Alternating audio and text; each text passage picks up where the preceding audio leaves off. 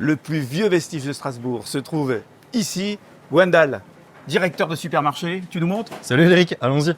Incroyable. 1700 ans. Le premier fort qui a donné Strasbourg, il est là. Il y a très peu de personnes qui savent en réalité que la tour est au sous-sol de ce magasin.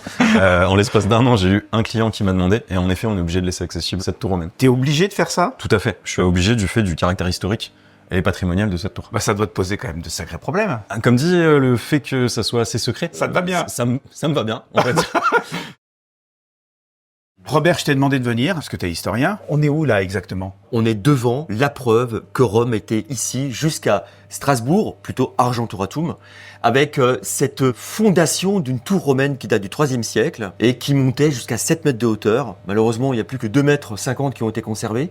Et c'est une tour d'un camp fortifié de la 7e légion de Rome, dite la Légion Auguste. Strasbourg, à l'époque, n'est pas une ville. Strasbourg n'est surtout pas une ville. La ville administrative se trouve un peu plus loin, à Brumath. Strasbourg était un camp fortifié pour abriter une légion romaine de 6000 hommes environ. Tu nous montres là exactement où on est sur le plan? Alors bien sûr, on va toujours prendre comme référence, bien sûr, la cathédrale qui se trouve ici. Et nous nous trouvons juste avant l'arrondi du camp fortifié, peu ici.